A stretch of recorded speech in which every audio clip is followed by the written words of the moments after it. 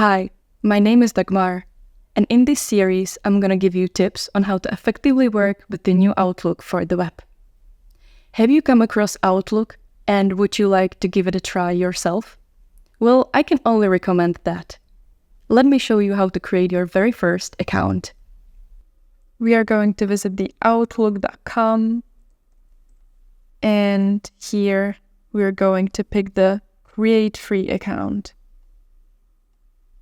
All right, so now you're going to type in what do you want your new email address to be. So I'm going to just type that in, and you're going to pick what domain you want to use. So it's going to be either outlook.com or hotmail.com.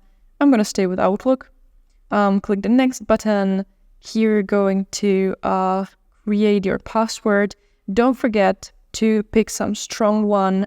So use different symbols, numbers, etc. When ready, click the next button. And now you're going to fill in your name. Again, next button. And you're going to pick where you're from and also your birth date.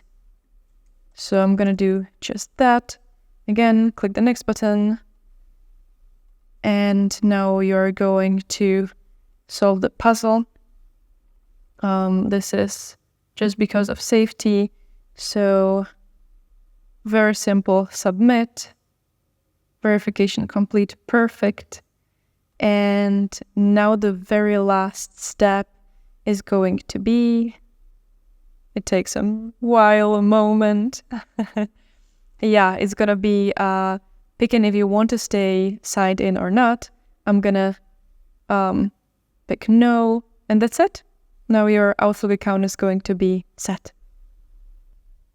And now you're an Outlook user. I hope you liked this video.